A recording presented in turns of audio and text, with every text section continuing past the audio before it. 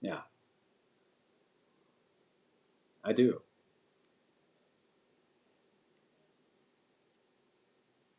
Not always, but about 200 to 250 days a year. So a lot. Yeah, more than half the year. Yeah, yeah, we do. And also when we're in school, we one of the few bands. Sure.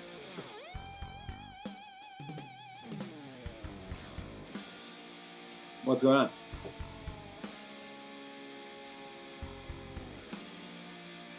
Oh,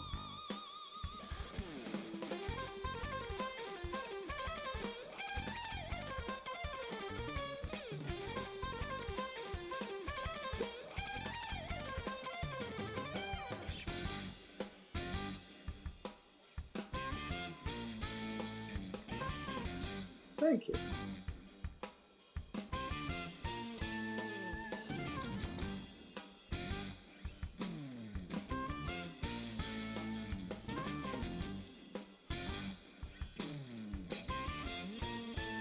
I like watching you enjoy it. I feel like this is what like a chef like feels like. It's like standing out. It's like, he likes the steak.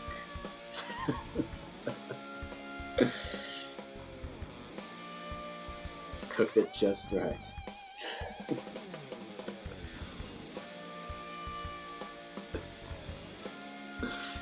Oh, thank you.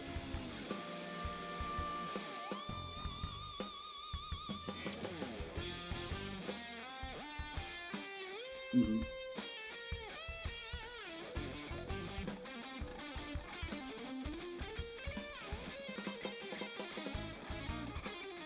Sure.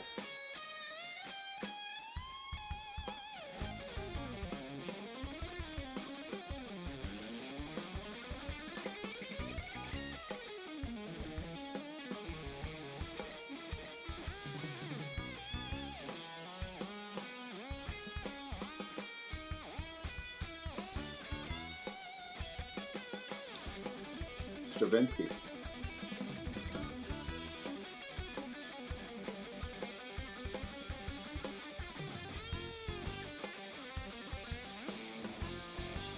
Good.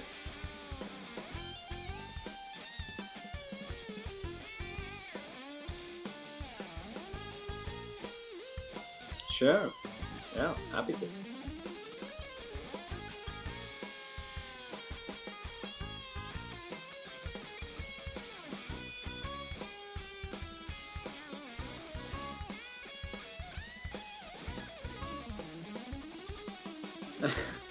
Hey, I believe you. Trust me. Yeah, I made that album, so uh, I'm pretty aware of what's going on in it. Yeah, that's already 2 albums ago, but I dig it. Yeah, our latest one, Strong Thing, just came out.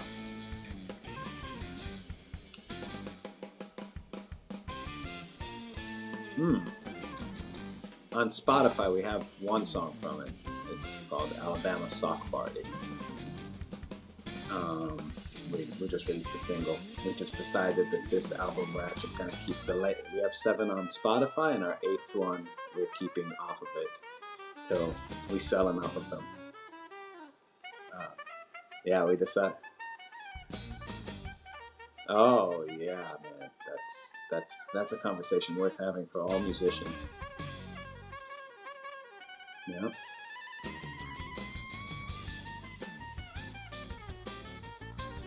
cool.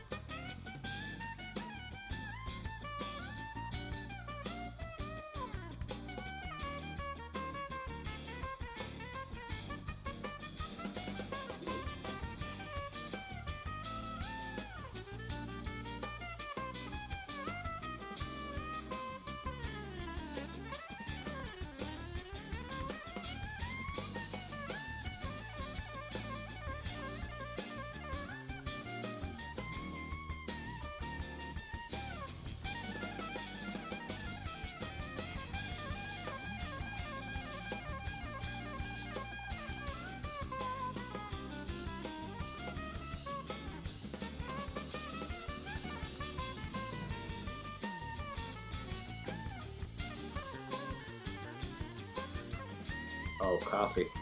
Just me and my fiance just got a Breville. It's a wonderful coffee machine. Just making espresso at home. Oh, life upgrade. It's like the yuppie life calling you. It's just I resisted for a long time.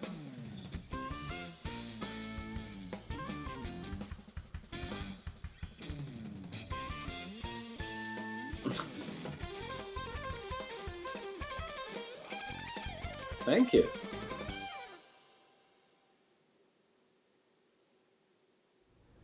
All right, hey everybody, this is Mike with Become the Night, sitting down with Dani Rabin of Marbin. How you doing today, brother?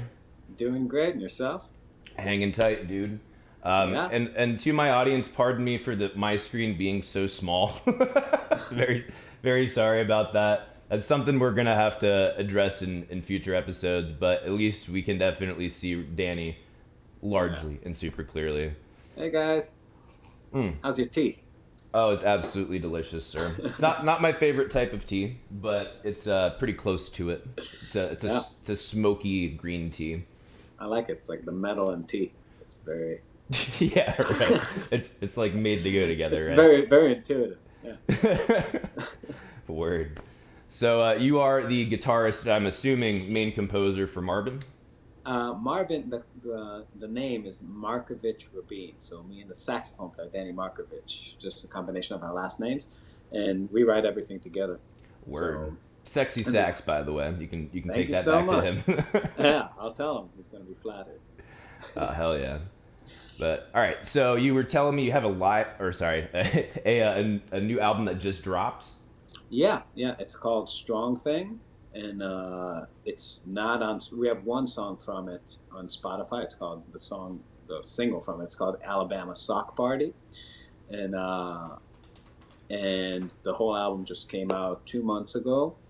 We said we'll talk about that too, but we've decided to embrace the business model of not putting the newest released on Spotify. So it has all of our back catalog, and at some point in the future we will put it there.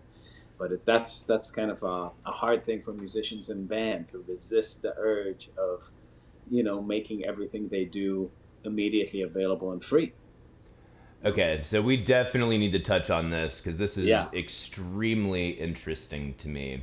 yeah. So what is your strategy and like kind of your logic behind only having one? I guess you could say a single up on Spotify, but then keeping the rest of it behind. I'm assuming some sort of paywall.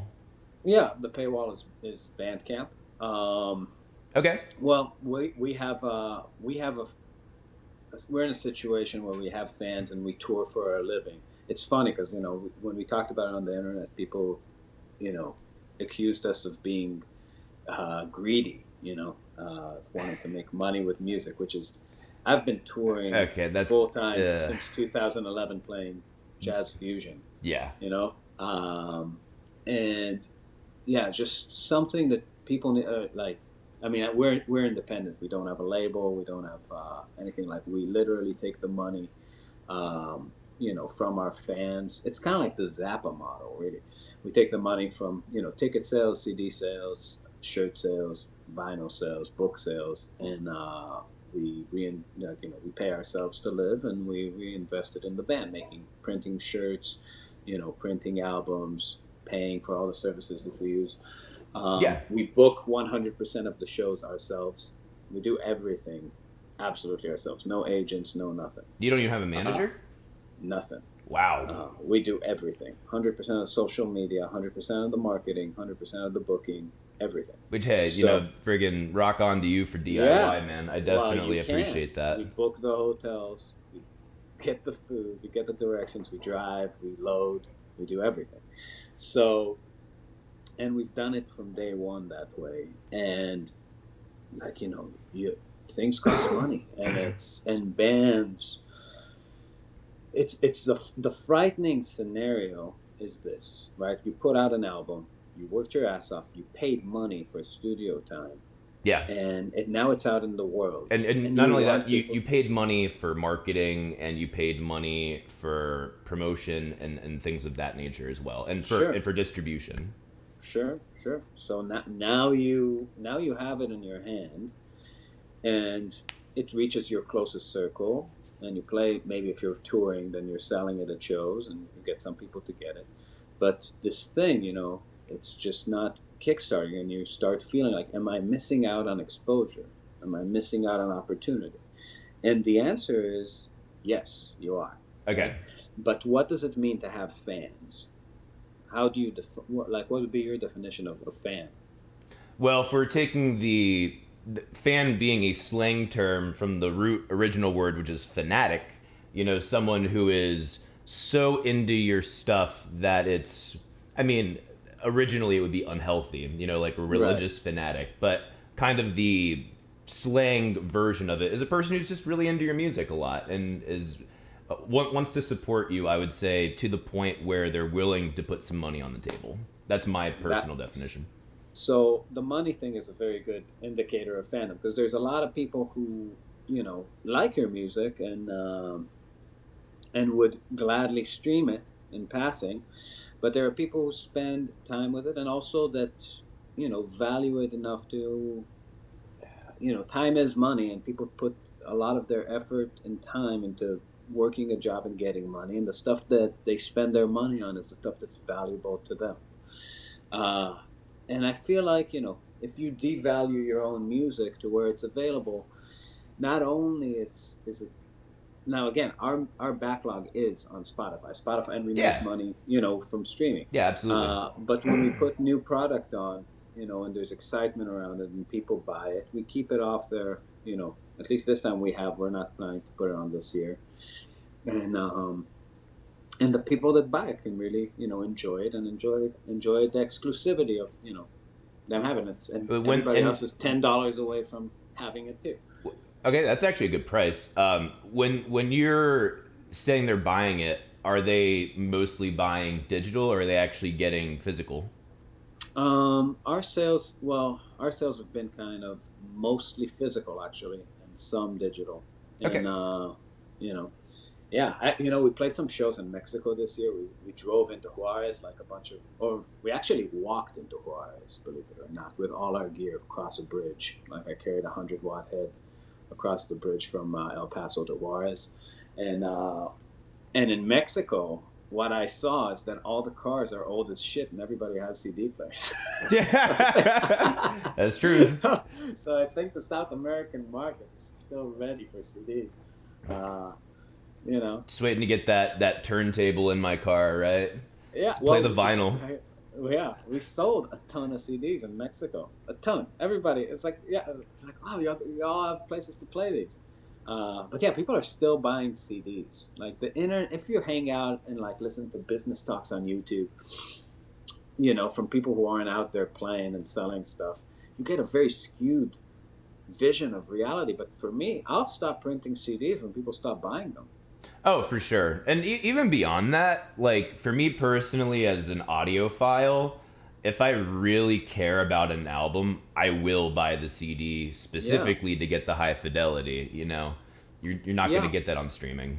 And there's also something, I think it's a little bit gone from the world, but a CD cover and artwork, you know, used to be used to be the framework that you used to imagine the music, like the Dream Theater you have behind you, or the Iron Maiden. It's like you would, in the 90s and early 2000s, and like before that obviously, but like, up till then, you didn't have this, like, this interacting with the person making the music to where you could see the reality of musicians. Yeah. You'd know very little about these people, and then you pick up that Dream Theater thing, and that, whatever, like, blurry face would be like, you know the context in which you would imagine the sounds. You'd make a narrative that's like associative but framed to the artwork in some way. And I think for some people who are doing deep listening, that's still a thing. Oh, That's still important. absolutely. And before we continue really quickly, just so you know, chat, we will be taking questions from you for Danny. You can go, if you can type them in now, or you can wait a little bit. We're probably going to be talking here for a minute. I just wanted to give Sure. you guys a heads Yeah. up. But Yeah. yeah, regarding that, I actually have my own kind of philosophy on that. Like you were saying, like you don't really get to see the person until recently, especially with social media. almost making the artist a mystical figure, if you will, because music is such like a magical experience. What's your relationship with that, and how you kind of apply that to Marbin? Do you guys go for more of the mystical type of thing, or kind of more grounded and just down to We earth? have zero distance, and I think that's really it's technology, and we rode that wave. Our Facebook page is massive. Like we have like for Fusion, we have like 250,000 people there. Shit, And that's awesome. yeah, That is yeah, it's awesome, man. And we were the day Facebook Live came out. We were in the van on tour. I remember this. I was like, "What's this?" And I was just like, blank, just like clicked it, you know. And then we were just there, like, and then people on the other side are typing up, and then we just started this conversation. It's not like a podcast, It's well, I mean, I guess it's kind of like the way you podcast. It's live streamed, but it was from day one of the Facebook thing. We never got into the YouTube side of it, unfortunately, just because we're stupid. But don't down talk yourself too much, man. And there's we can get into that in a second too. But please continue. Yeah. So but we built the Facebook thing from day one, and I spend a lot of time there, just practicing guitar and talking to people and helping them get better and making content that's kind of specific to what we do, or hanging out on tour. And there's zero distance. Whoever wants to write us a question, anything, like, some people write it for advice, business stuff. I'm always on the other side listening and helping people out, just because, it's not so overwhelming that I don't have time, and I don't feel like, I feel like a guy like Steve Vai, right? With all due respect, right? I like Steve Vai, but or Yngwie Malmsteen, they were personas. Yes. You don't know what they're actually like. You know what I mean? Or maybe now you do a little bit, but the way you would imagine them really connected with the music. It was like people were presenting a personified version of themselves and marketing that person, that made that fictional person. And I think that's going away from the world. I think there's less hunger for that. Or people find that, I find it disingenuous when somebody's trying to push that now. Absolutely. I mean, and on my personal end, it's kind of like, I don't want to say a pet peeve, but almost kind of cringe-inducing to me is these metal guys who get dressed up like all serious and everything, like, dude, you guys go and order your fucking yuppie macchiato cappuccino bullshits. Sure. Like, come on. Don't you even act like you don't drink your tea? Yeah, exactly. Like, you like it with honey, don't you? But yeah, it's like, not to take away from the showmanship of it all, because like if you're really getting into like the big production of it, I can appreciate that. But these guys who just like, they're like stone cold serious and like, we make serious music and we're serious people. It's like, no, you're fucking not.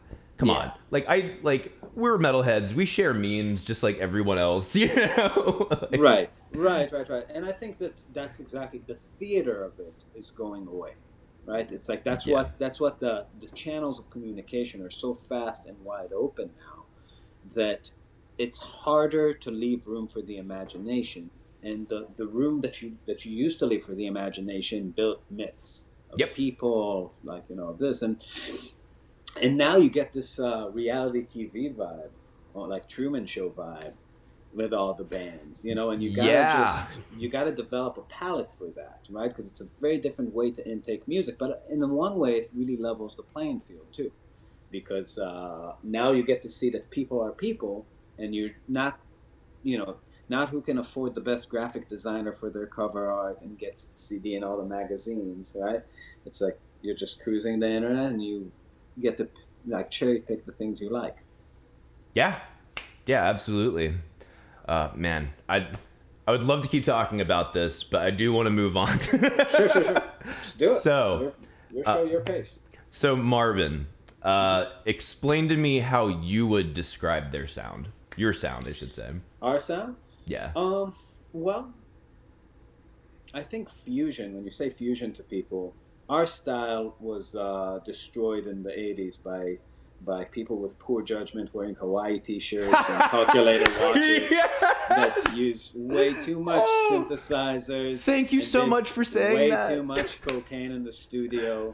I think cocaine's a hell of a drug. It ruined many styles of music in the 80s.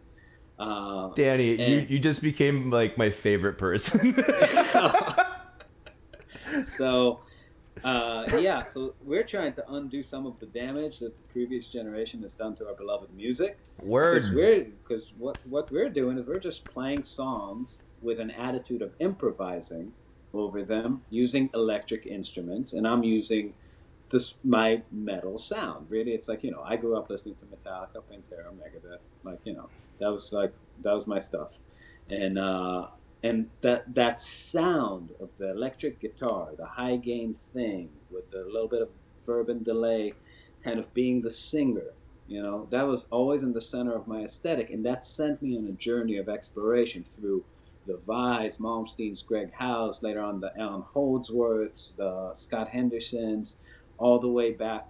It ended up being like, with Django Reinhardt and people like that. But to me, that electric high gain sound being the singer, yes, and in the context of music that has improvisation in it was the point, right? And the direction that this music took is just so unlistenable and horrible to me. There's very little good fusion in history in my book. Can I pause you really quick? Sure. My friend Ben McAnally is here in the stream. He's a fucking awesome bass player. Yeah, if you could just say hi to him. He loves you guys. How you doing, Ben? Yeah. Word. But all right, so I would describe our style as people writing instrumental songs that they intend to play their best on using the sounds that they use. I mean, I wish it was more than that, but it really isn't. I mean, we're just a quartet with saxophone and electric guitar, and we write the best songs we can, and we try to play the shit out of them. You definitely do, for sure. I mean, from my end, I would say there's definitely elements of jazz, obviously, but I wouldn't say that they are like extremely strong all the time. You kind of sprinkle them in. And well, I mean, it's jazz harmonically, and it's jazz in terms of like the game plan, but it's rock in terms of the grooves and the sounds, right? Mm-hmm. So we play over chord structures and we play over forms the same way that you play over jazz standards, but we don't use the textures they use in jazz, for the instruments, and we definitely use, we don't play swing, right? So it's like we play the kind of grooves that aren't that different from like, I don't know, Pantera or somebody like that at points, For sure. Okay, so I just got a super chat in, and this is kind of calling me out a little bit, but Is this about tea again? No, it's not about tea. It's not about tea. Although, all right. So this is from Jacob Acosta. He says, question/context. I requested African Shabtai a long time ago on Song Suggestion Friday. You said the guitar sounded like fuzz packed on fuzz. Can you discuss this with him? So go. I gotta apologize for that guitar sound. It's not fuzz packed on fuzz. So it's an analog synth patch on the Eventide pitch factor that I used to play. Like, okay, so I was really into Pat Metheny, and he has this like thing. It's like, it's ultra like soft when he does it, but it's like he plays like a synth guitar, like an SG thing from the 70s, and it's that analog synth, like old actual analog synth sounds, and this is kind of something to model that. And up until Goatman, I had that as a part of my rig and used that sound, and then I just took a deep breath and like took that pedal out, never to be used again.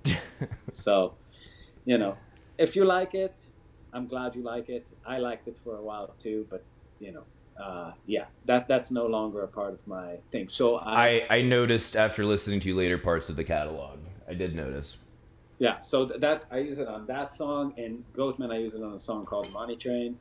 But yeah, it has like this smooth kind of analog synthy thing, and yeah, I'm kind of allergic to it now. So I see where you came from with fuzz packed on fuzz. Okay, so it didn't seem like completely out of nowhere. All right. No, and it's okay to dislike even something I do. Word. And but for the record, I completely feel the same way.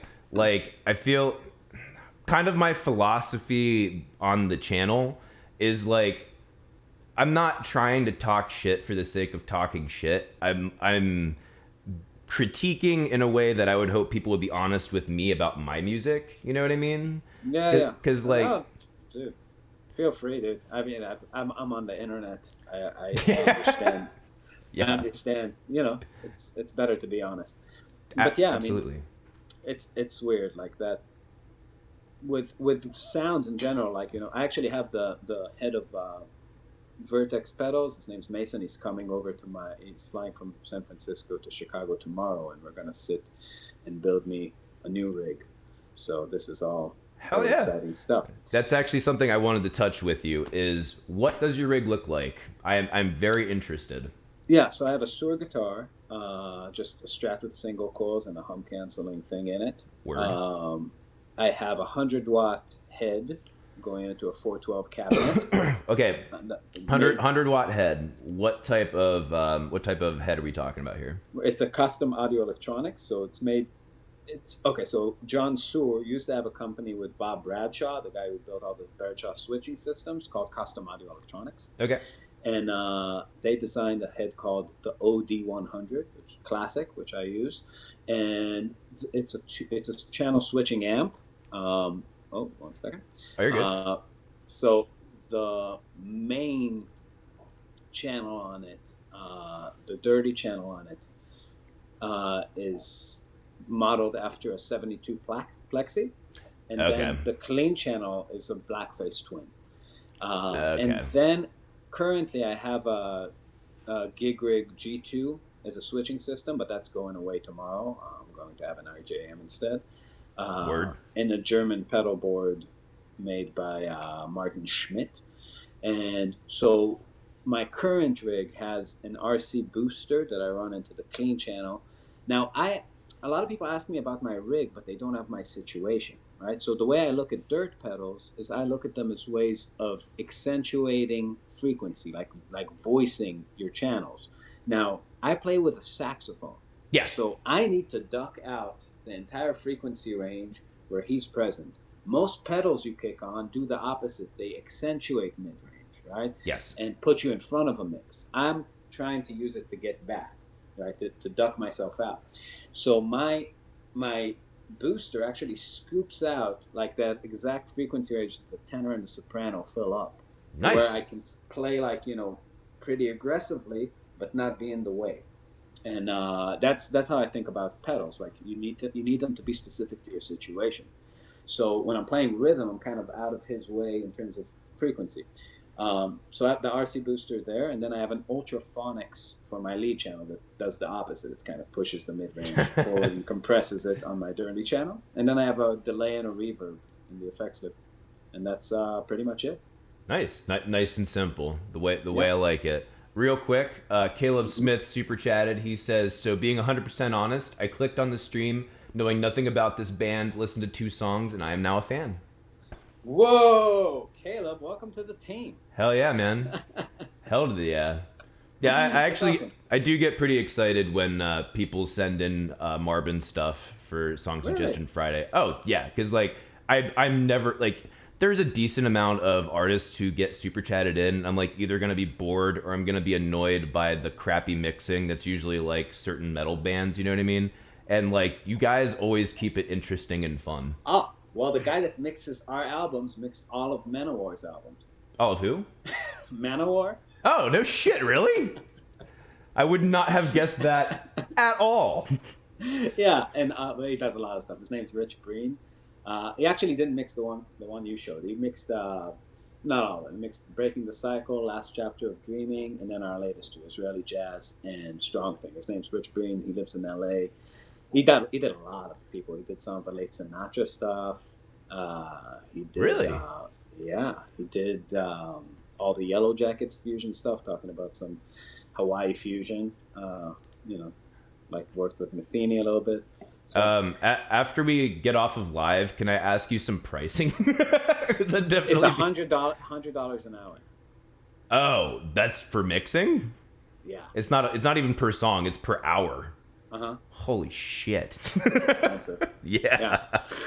Yeah, especially when Yeah. I mean like when it gets Yeah. down to prog shit, that also, yeah. Oh yeah, Oof. yeah, yeah.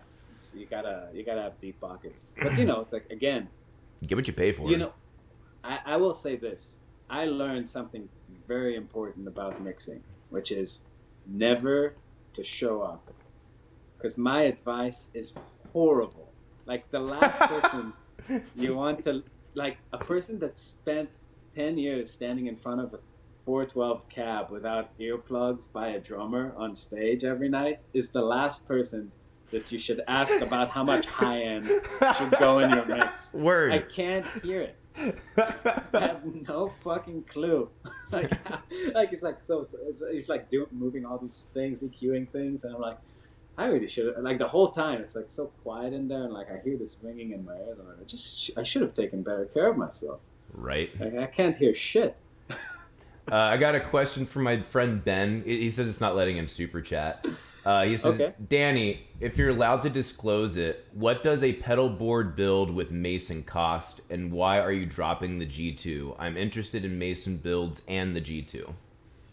Well, Mason and I are good friends, so he's doing this one for me, you know, just for the hell of it. And if you want the G2, I'll sell you mine, because as of tomorrow, I'm not going to use it anymore. Yo, Ben, hit me up. I can link this up, man. Yeah, but I'm pretty sure Mason's pretty pricey because he's so excellent at what he does. We just had like a work arrangement, and we went to Sweetwater together a few months ago, and I did all of the Vertex demos for the shootouts between his Dumbo pedals for free, and we hung out, and we just have a good time together. We're good friends. But you know, I'd hit Mason up. I mean, I'm sure it costs some money, but Mason knows so fucking much and does such good, accurate work. You're just not. There's no. You know, and also he's like a no bullshit kind of guy. Like a lot of people try to sell a lot of magic into like mystery into what they're doing, and it's like these people just need to be good electrical engineers who have who use good materials and do good work. And yeah, so I don't know what he charges, but if you want, I mean, he's going to be here tomorrow, so if you just email the Marbin thing, I get all those emails, and just marbinmusic@gmail.com, and shoot me a message, and I can ask him and he'll write you back. Keep it simple. Yep. Word. All right. Do you mind if we listen to the single Alabama Sock Party while we're live here? Oh, absolutely. That has our new drummer, so I'm very excited about that. Word. All right. Yeah. Let me pop this in. For people wondering why the cursor is on screen, I have no idea. It normally doesn't do that, but sorry in advance. All right. Let's check this out. Cool. I'm ashamed,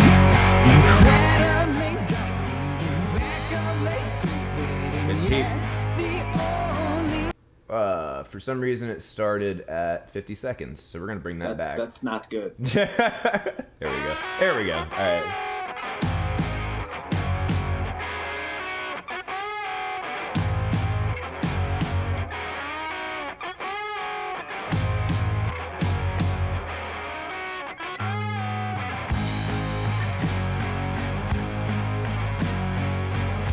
For the record, Danny can't hear what we're hearing right now, so just a heads up. I'm very curious what you're doing.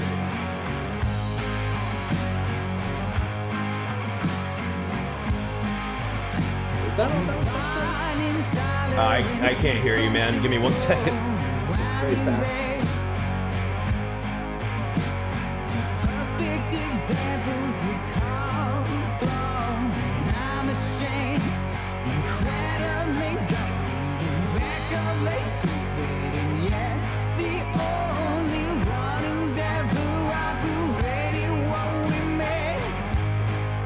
There, am I hearing lyrics? Give me 1 second. Alright, I'm gonna pause it here for just 1 second. We're at 110. I think we're about to hit the chorus. Well, I'm sorry, I missed most of what you said because it's blaring in my ears. I'm sorry, man. What did you say? Was it very fast? Because it sounded, the bleed over I heard, I thought I heard something that wasn't Alabama Sock Party. Oh. There you go. That Oh, no. It was freaking... That doesn't sound like us at all. I think you have the wrong song. Shit, I absolutely have the wrong song. God damn it. Fuck. Alright, let's try this again. There we go. That sounds like So, okay, so everything we just heard, completely forget it. I don't know where that came from. I clicked on your guys' song and it played a completely different song. The way you're moving your body made no sense with Alabama Sock Party. I was just like, he's listening to some other fucker on Spotify. Oh, yeah, some other fucker. Wow, want to talk about a fucking a cardinal sin of interviewing. Wow, that was awful. All right, we're going to try this again, sorry. And yes, I will allow you the bleed over so you can hear what's going on here. Make sure I'm not fucking you over again.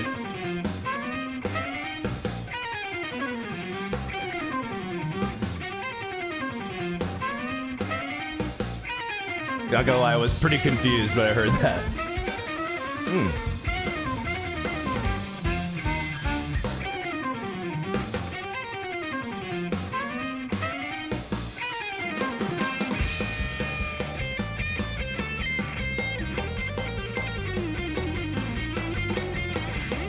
Dude. Oh, dude, Max Stanky Face. Holy shit.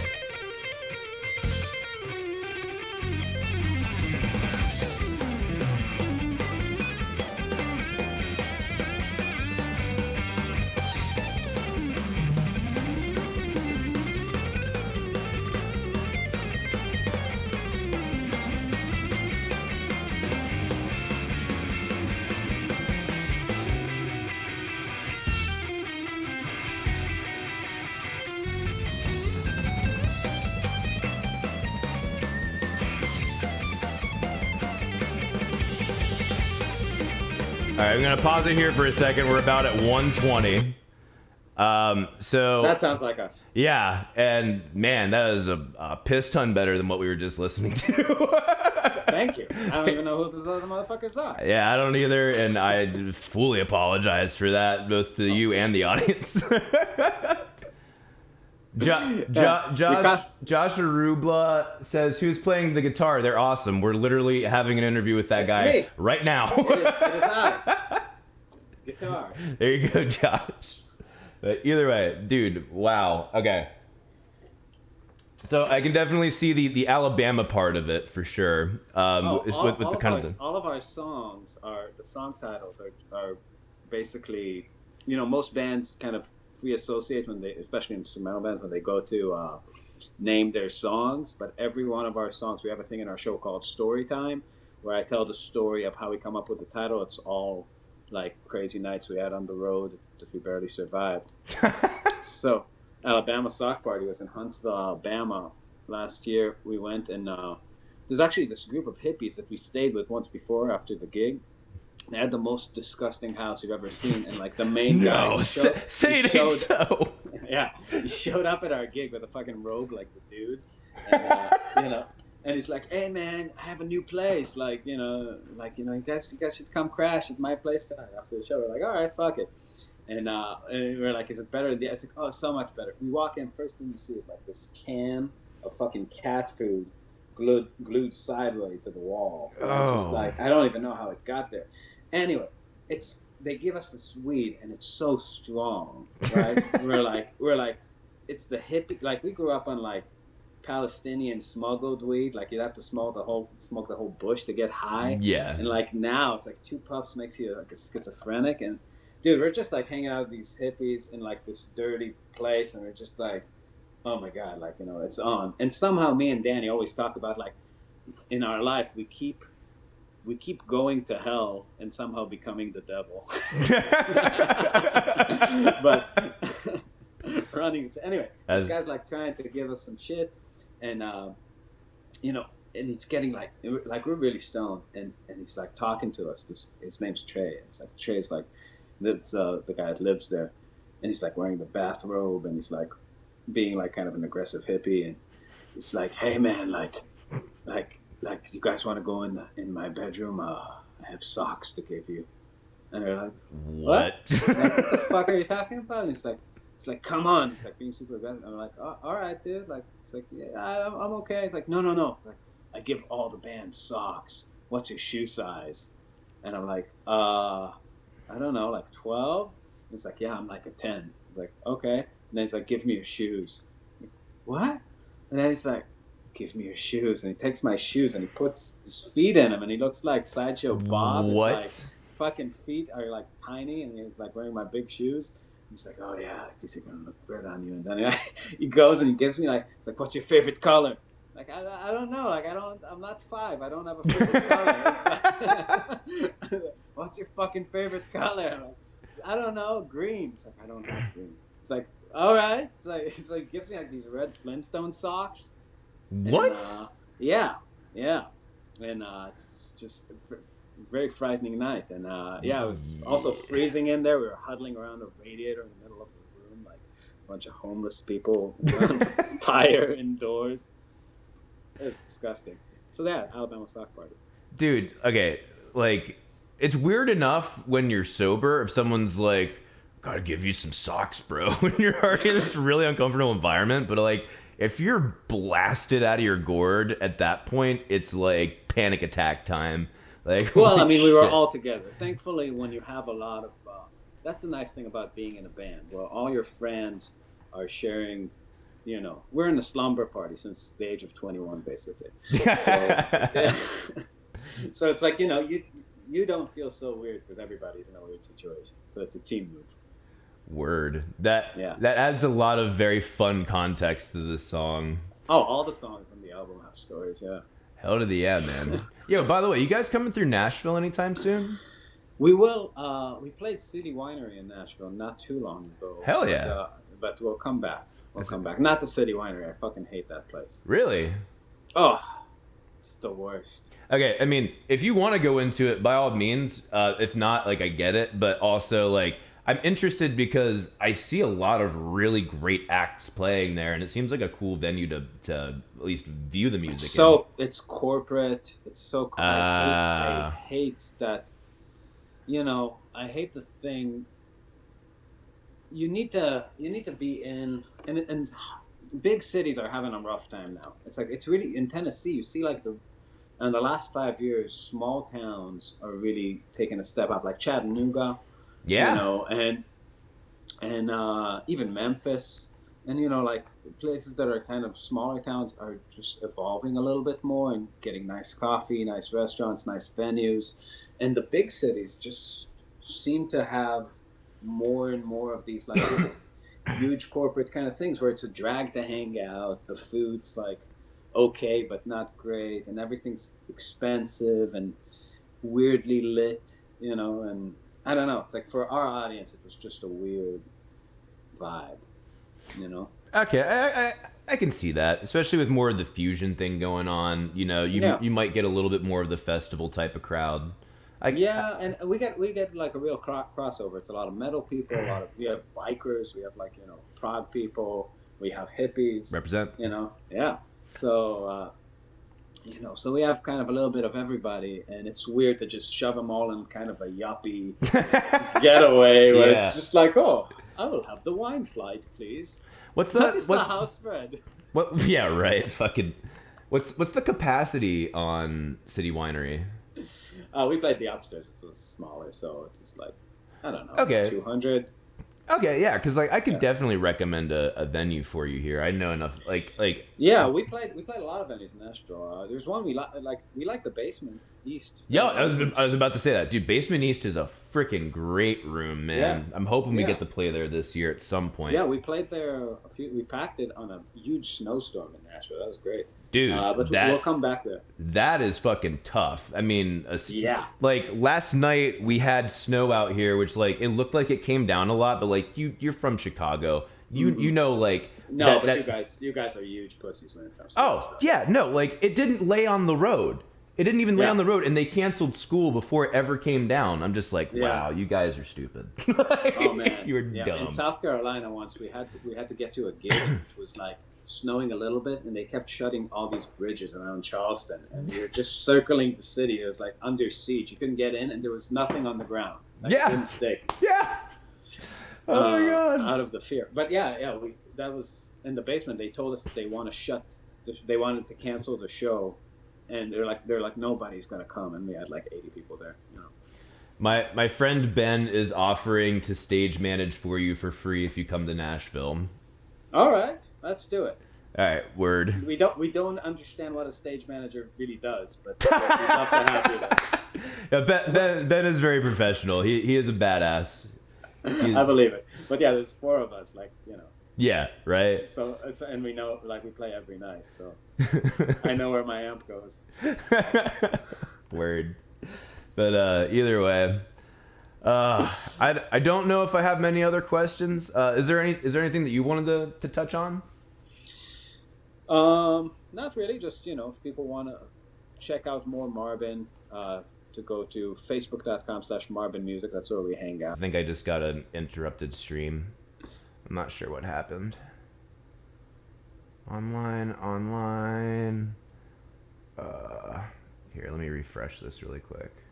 Sure.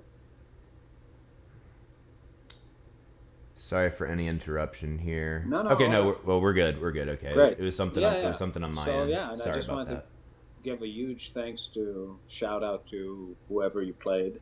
I want to thank them, like, for the song they made that was supposed to be Alabama Sock Party. I know they put their hearts and soul into it. For sure. All right, so we got a question here from Josh Arubla. What are your influences? What are my influences? Well, like I said in the beginning, you know, so it started with the metal thing, and through chasing the sound of the electric guitar and how people used it to solo, it kind of went deeper and deeper into improvised music. That was the real thing that I cared about. It was, you know, it seemed clear to me that the people who were writing solos Isn't taking it. D-Live is just fine. Yeah, D-Live is working just fine, so I don't know why YouTube... Okay, it says excellent connection now. I don't know what's going on. Cool. But, all right. Anyway, so next question. Yeah. We have, what is the craziest gig you've ever done? Oh, you've done a lot of crazy gigs. Craziest gigs we've ever done. I mean, we played over 1,000 gigs. Wow. Yeah. Really, we used to, in the early years, it was 300 shows a year, and now it's like 200 to 250. There were all sorts of crazy gigs. I mean, I can tell you, one gig we done, we named the song "Escape from Hippie Mountain" over, it was, you know, sometimes these hippies just book a thing without any thought whatsoever of like the danger. It's like it was on top of this mountain in Kentucky, and they didn't bring enough water. They didn't plan that it was gonna rain, and everything was just like, and you couldn't like it started like flooding, and like it was just like such a shit show. But anyway, we were there, and everybody was super nice. They're like, you can use our tent to crash, like, after the gig. And we're like, oh, like, thank you. And then, like, we realized it's going to be like 40 degrees out and everybody's just sleeping in their cars. And then we went to sleep in our van, and we woke up at like 4:30 in the morning, and our van was like shaking, right? And What? we just like, we're like, what's going on? And like, we said, like, there's a lot of people just kind of pressing against it. Like, the sides, there was like this big fight outside. So we get out of the van, and there's like this one guy just like sitting on a rock, and it's like white shirt covered in blood, and smoking a cigarette. And like, hey man, like, what's, like, are you okay? It's like, yeah, it's not my blood. Like, oh, okay, like, whose blood is it? uh, they're like, oh, this one. He's like, oh, this one guy here, he was going crazy, man. Had to put him down. They're like, you had to put him down. All What? right. It's like that's interesting. Anyway, so we're so that whole thing happened. Now, before, well, actually, I should give you some. And second fight breaks out. Now, there was this lady.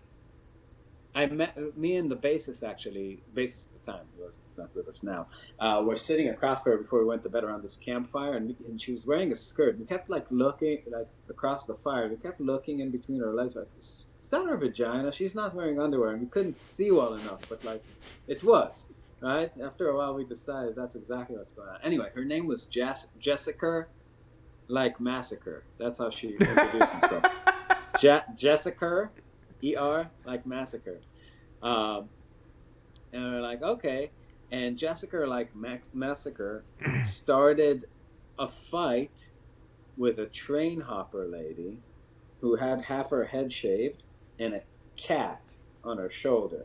Dear And the God. lady with the cat on her shoulder basically accused Jessica of petting the cat without permission. Right? This is all happening outside our van, and we're just like watching this fight go down. And they do this weird like dance where they just start like fist fighting really intensely for like 2 seconds, pulling hair and like doing all this shit, and then they break them up, and then they are like very hippie-ish to each other, like so. It's like they say like weird shit, it's like you're a cool chick, but like, do you even know this life? Do you know what? Did you ever travel with a band? And then like start smacking each other again. It's What very the bizarre. fuck? And yeah, so that goes on for a while, and then like the train hopper just had her in like a like dirty headlock and just like started like wailing on her. Jessica started bleeding and ran to the forest and in the mountain. And then the hippies decided, because in the hippie world, whoever wins the fight is the loser because they're violent, to banish the chain hopper lady from the festival. So it's just like early morning, like 5 a.m., and she started walking down the mountain, and we were just like, fuck it, we're driving away from here. This is like, can't sleep. This is a horrible festival. And I just remember like driving away from the mountain, and then like when we got to the bottom, we saw like that train hopper, like half head shaved, like walking with like a cat on her shoulder, and we like rolled down the window, like, are you okay? And she's like, yeah, I'm fine. I'm going that way. And then like this hippie guy ran after her. It's like, go west. Oh my God. So yeah, that was a pretty crazy gig.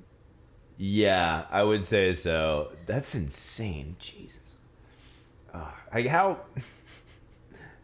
Do you think that has anything to do with what you were saying before, with like in the '80s, kind of the fusion thing being kind of ruined? Do you think that it might have impacted itself on the fan base at all?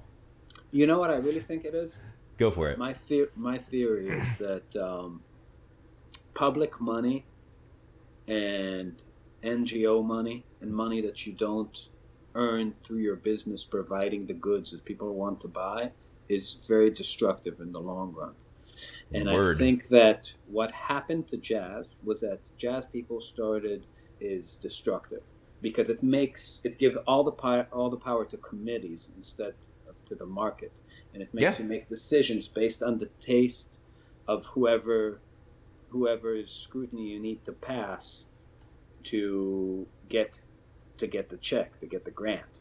Yeah. Right? It's no longer taking a little bit of money from a lot of people. It's taking a lot of money from a few people, and it makes you make bad aesthetic decisions. And I think that fusion never got to be as tapped in to traditional jazz's money, public money, and so I think fusion, to compensate for that, tried to go with the pop of the day, which is the other big mistake you can do. So it's not a surprise to me that like people like Brecker Brothers or Yellow Jackets or Travel Tech use the same textures behind their music that Gloria Estefan uses in the 80s. It's like they just took that, whatever they thought would be like hip, and make in pop music. It would be like us taking the textures that Justin Bieber or Taylor Swift use, to reach the mass audience. And it's a stupid thing to do, because Yeah. it's like if you're a badass chef and you're trying to study the McDonald's Big Mac recipe for your restaurant. Yeah. You know what I mean? It's like, just because a lot of idiots, like, not to say that everybody eats McDonald's is an idiot. Yeah. But I'm saying, you're not listening to your better angels when you choose to drive through McDonald's. Let's be real, right? Yeah, absolutely. So it's like it's studying garbage. Yeah. It's taking elements of garbage and put it into your thing to make it more appealing to the masses. And you have to have a pretty cynical view of the masses. And I think that, for us as a fusion band in 2020, a lot of times we're not just, when we go to a small town in Texas and play a show like we just did, we played some great shows in markets that no fusion bands ever set foot in. But when you do that, for a lot of the people that are coming, it's their first show where improvisation is going to be heard. So you're not only representing your own music, you're representing the game you play. So it's kind of like you showing up into a town where everybody plays trivia and you have a Scrabble board and you're like, this game is awesome. They're like, well, we don't know how to play this game. It's like, doesn't matter. Just let's try it once, right? And then if they have a good experience, maybe they're going to start getting into Scrabble. So you're selling the game. It's like, you're representing your whole lineage. Yeah, absolutely. Yeah. All right, last question for you. This is Sure. from Sam. Dani, have you ever had some really embarrassing fails live? Oh, so many. God, so many. One time we opened for like Wayne Krantz. Oh, hell yeah. Yeah, in Chicago, and like I was like really excited, like the first note of the first solo, I just stepped on my RC booster and it's like exploded, and like my whole thing just went like, it's like a room full of like people, it's like, got down on my knees, disconnected shit, plugged shit. I mean, broke 1,000 strings in like no backup guitar, amps exploding, missing gigs, everything. It's just like, you play enough, everything's gonna happen. But what I did learn is to just be cooler in my problem solving. It's like all right, this show is not going to be a 10, but I'm going to get to song. It's going to take me 10 minutes to figure it out, and I'm going to solve it, and it's going to be fine, right? Yeah. And it's like when you're in a stressful situation where you're feeling embarrassed, you can like let that rush of embarrassment just decapacitate you, or you can just take a breath in, problem solve. So it's like I got better at like just staying cool-headed and like asking myself, okay, get off stage, grab a tube, grab a screwdriver, you're fixing this amp. Yep. Right? Yep.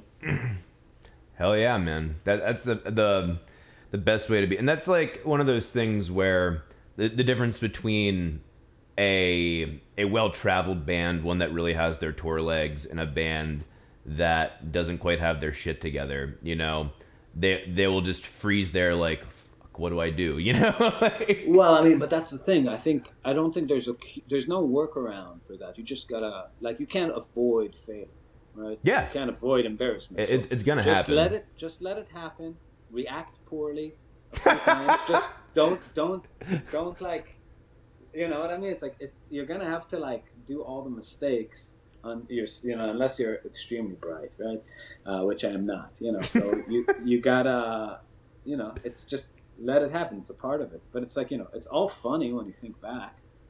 Yeah. There's no like moment where I'm just like, every time I think about it, I'm like cutting my knee. Just like, oh. All right, man. What's the name of your new album?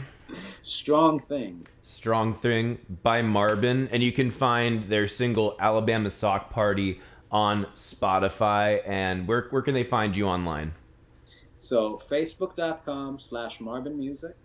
Marbinmusic.bandcamp.com is the store where you can buy the vinyl. We have books with all the lead sheets for all the music. We have our 8 albums, and we have 3 designs for shirts. We also have the entire Israeli jazz record on Clone Hero. If you guys want to play Guitar Hero to our music. Oh, that's badass as hell, actually. Yeah. That is really cool. Yeah, it's $1 to download. All right. And yeah.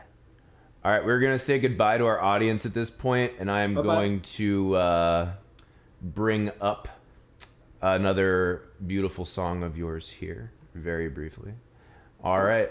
Thank you guys so much for joining us. And again, thank you to Dani for joining us today. This has been actually a really fucking cool conversation, man. Yeah. Thoroughly enjoyed it. But all right, I'll catch you guys tomorrow on the Song Suggestion Friday live stream. Peace out.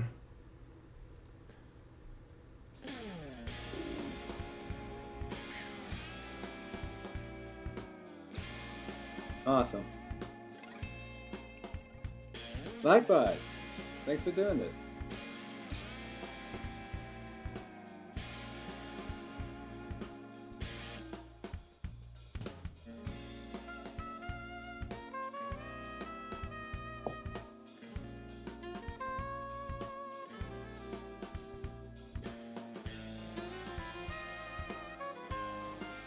Ha ha ha.